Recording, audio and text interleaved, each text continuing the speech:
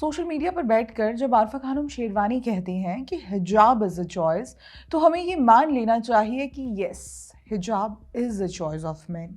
यही तो इस्लाम की सच्चाई है, जिसका इस्लामिक सिस्टम सदियों से महिलाओं के शरीर, कपड़ों और आज़ादी को कंट्रोल करता आया है। अब देखिए ना, ताज़ा मामला उत्तर प्रदेश के शामली में देखने को मिला है, जो इसी चॉइस के नैरेटिव को कटघरे में खड़ा कर देता है। खबर के मुताबिक एक मुस्लिम व्यक्ति ने अपनी पत्नी और 2 मासूम बच्चियों की हत्या कर दी। वजह बताई गई पत्नी का बिना हिजाब के घर से बाहर निकलना।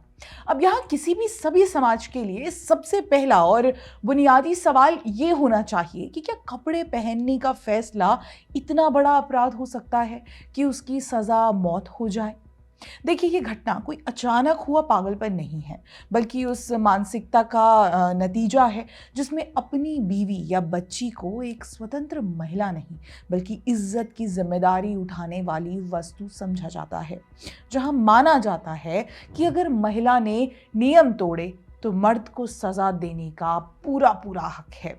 अजीब ही बात है कि इज्जत मर्द की और उसकी रक्षा का भार महिलाओं पर है। अब ज़रा फिर से उस वाक्य पर लौटते हैं, हिजाब इज़ अ चॉइस। अगर ये सच है तो शामली की उस महिला के पास क्या चॉइस थी? अगर उसने हिजाब नहीं पहना तो उसे समझाया जा सकता था, बहस हो सकती थी, असहमति हो सकती थी, लेकिन हत्या? ये चॉइस नहीं, ये आतंक है। और जहाँ आतंक हो वहाँ चॉइस एक खोखला शब्द बन जाता है। आरफा खानम शेरवानी, राणा आयूब और उनके जैसे लोग अक्सर कहते हैं कि इस्लाम में हिजाब ज़बरदस्ती नहीं है, ये महिलाओं की मर्जी है। किताब नहीं, हिजाब चुनने को सही बताती है। लेकिन सवाल ये है कि आप किन महिलाओं की बात कर रहे हो? शहरों के वातानुकूलित स्टूडियो में बैठी, पढ़ी लिखी, आर्थिक रूप से सुरक्षित महिलाओं की, या उन औरतों की जो घर, परिवार और समाज के दबाव में जीती हैं, जहां ना कहने की कीमत जान तक हो सकती है? अगर हम भारत से बाहर देखें तो ईरान का महसा अमीनी केस इस बहस को और बेनकाब कर देता है। महसा अमीनी की मौत इसलिए हुई क्योंकि उसने हिजाब ठीक से नहीं पहना था और ईरान की मॉरल पुलिस ने उसे हिरासत में लिया। इसके बाद उसके साथ क्या क्या हुआ ये आप अंदाज़ा लगा सकते हैं, क्योंकि फिर वो जिंदा वापस नहीं लौटी।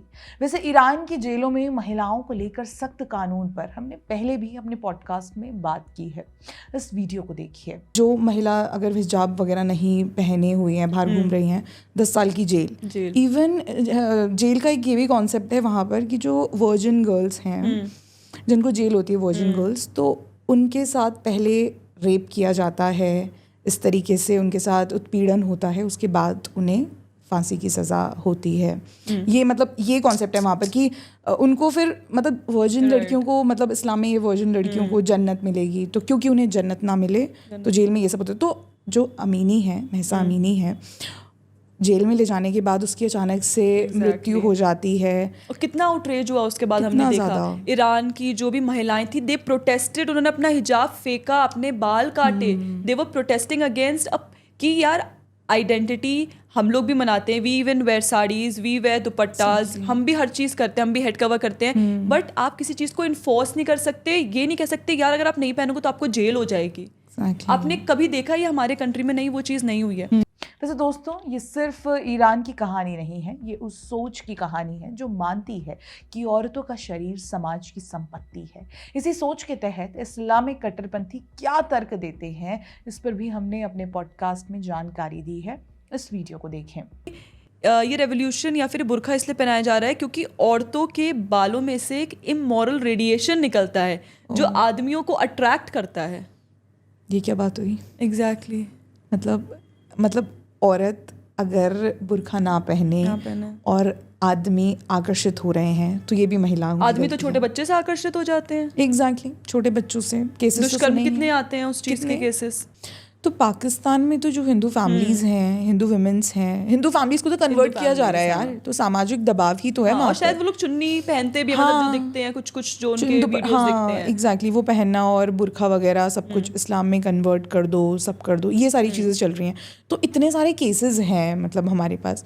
और जैसे अभी हम हिस्ट्री की भी बात कर रहे थे, तो क्योंकि अभी ये थोड़ा सा NCERT वगैरह का भी सब चल रहा है, हाँ मुगल्स को लेके चल रहा है, तो एक अकबर वाला भी किस्सा है कि उस टाइम पे अकबर का ये मानना था, ऐसे उसने कुछ लागू कर रखे थे कि कोई भी सबसे पहले तो बुर्का हिजाब वगैरह में मतलब कपड़ा जो तुम्हें ढके वो कपड़ा इम्पोर्टेंट है महिला पे, और कोई भी महिला बाहर बिना हिजाब के बुर्के के नहीं निकल सकती, और अगर वो निकलती है तो उससे वैश्यवृत्ति, उसे प्रोस्टिट्यूशन में वहाँ भेज दिया जाता है कि तुम अब वहाँ काम करोगी। मतलब पर्दा होना ही चाहिए महिला में।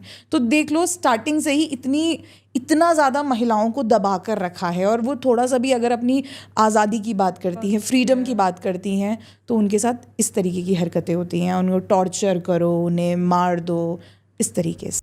ये तर्क देते हैं कि औरतों के बालों से रेज निकलती है जो मर्दों को उकसाती है, या जो महिला बिना हिजाब के निकलेगी वो वैश्यावृत्ति करती है। यानी मर्द की नीयत पर कोई सवाल नहीं, उसकी जिम्मेदारी नहीं, पूरा बोझ महिलाओं पर डाल दिया जाता है। अगर यही तर्क है तो ये सीधे सीधे महिला को दोषी ठहराने की मानसिकता है। ऐसे में आरफा खानम शेरवानी जैसे लोग शायद ये दिखाना चाहते हैं कि मुस्लिम महिलाएं सशक्त हैं, हिजाब पहनना वुमेन एम्पावरमेंट का प्रतीक है, तो ये खुद क्यों नहीं पहनती दोस्तों। बाकी शामली की घटना हमें यही याद दिलाती है कि हर महिला के पास बराबर की चॉइस नहीं होती। किसी के लिए हो सकता है कि हिजाब पहनना आस्था हो सकती है, पहचान हो सकती है, और वो बिल्कुल जायज़ है, लेकिन किसी दूसरी महिला के लिए वही हिजाब डर, मजबूरी और नियंत्रण का प्रतीक भी हो सकता है, और जब वो उस नियंत्रण को चुनौती देती है तो उसे हिंसा का सामना करना पड़ता है। तो सवाल ये नहीं है कि हिजाब पहनना सही है या गलत, सवाल ये है कि क्या उसे न पहनने की आज़ादी सुरक्षित है।